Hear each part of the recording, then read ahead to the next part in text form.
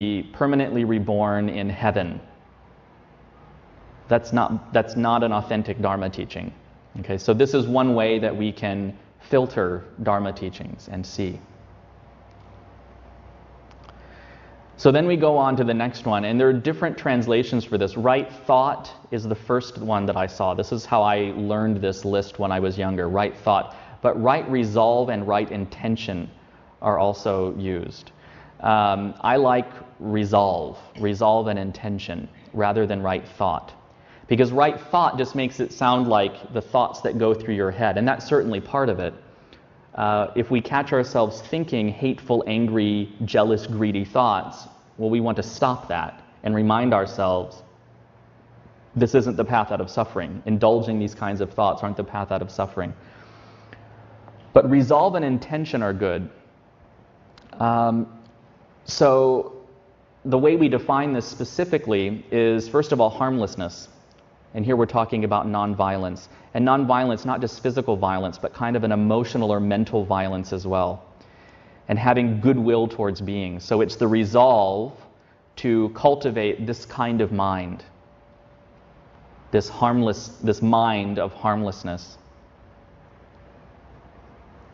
So it's also the resolve to cultivate renunciation. I talked about that last week a little bit too. Renunciation is seeing the causes of suffering, seeing my own ignorance and attachment, and turning away from that.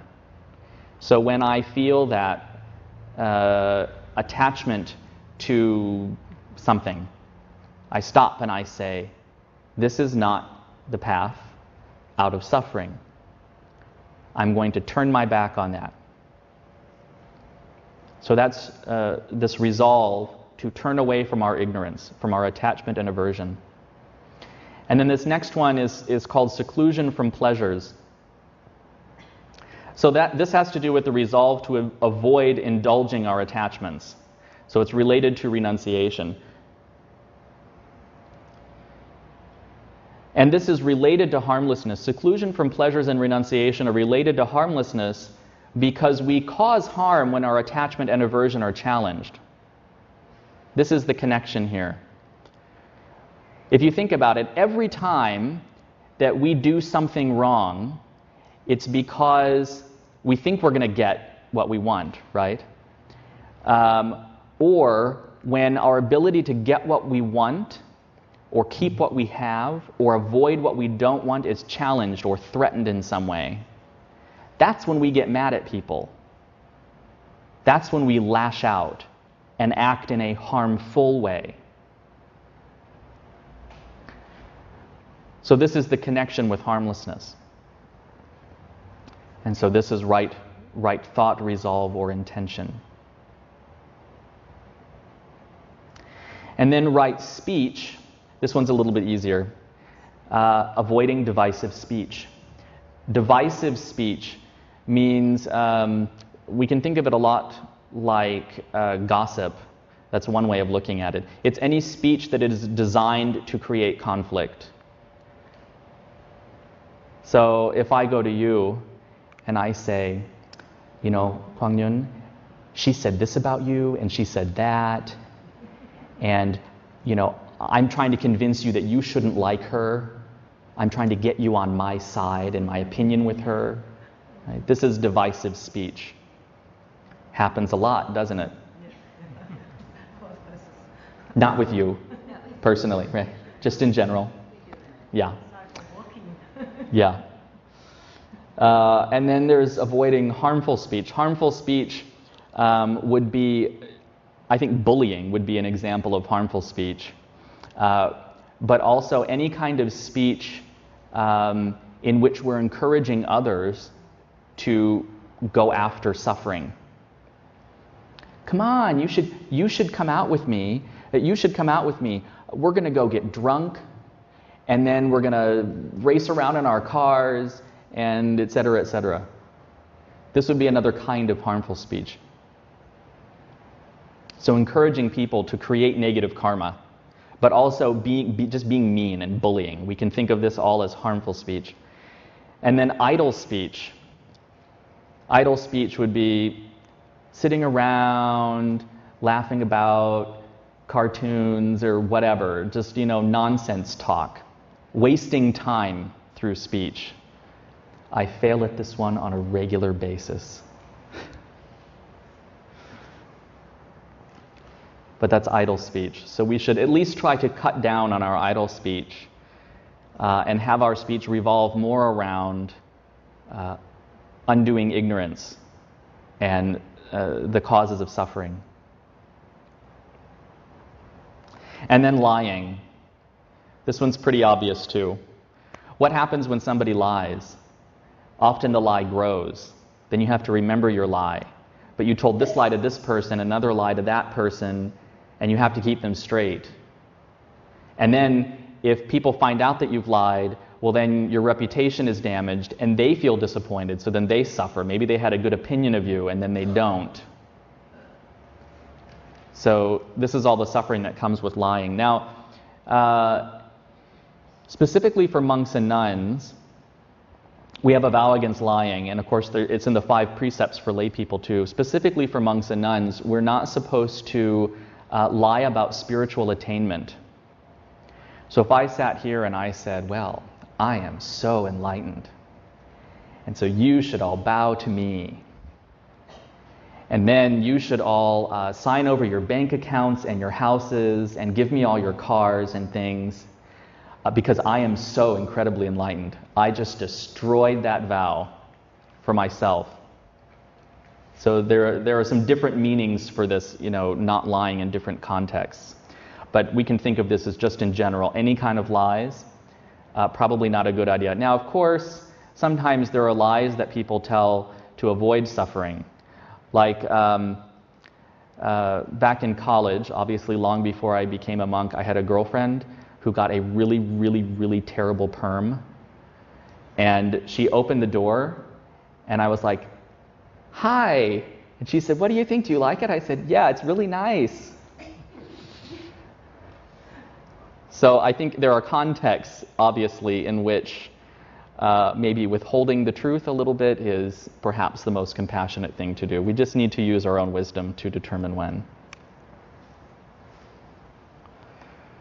But there is some debate about this. I remember when I was a layperson, exploring different kinds of Japanese Buddhism, apparently there was even some debate in centuries past in Japan.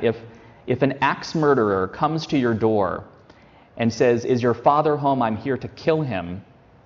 Well, if you say, yes, he's home, he's right upstairs, you just contributed to your father getting murdered, right? But you've told the truth. But on the other hand, if you lie and say, no, I'm sorry, you have the wrong address, well, then you've just broken the precept against lying, some people said. So it was like a no-win situation.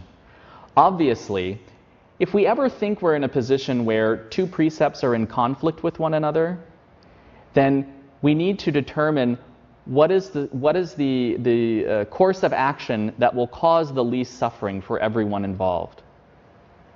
That's how we go about these kinds of problems. This is how we go about resolving these kinds of problems. Okay, so now this brings us to right action. So in right action, we're specifically talking about avoiding killing, stealing, and sexual misconduct. But any kind of general action we can put under right action. So in killing, we can't completely avoid killing. If you eat meat, you participate in killing. Well, if you eat anything, you participate in killing. There's no way around it.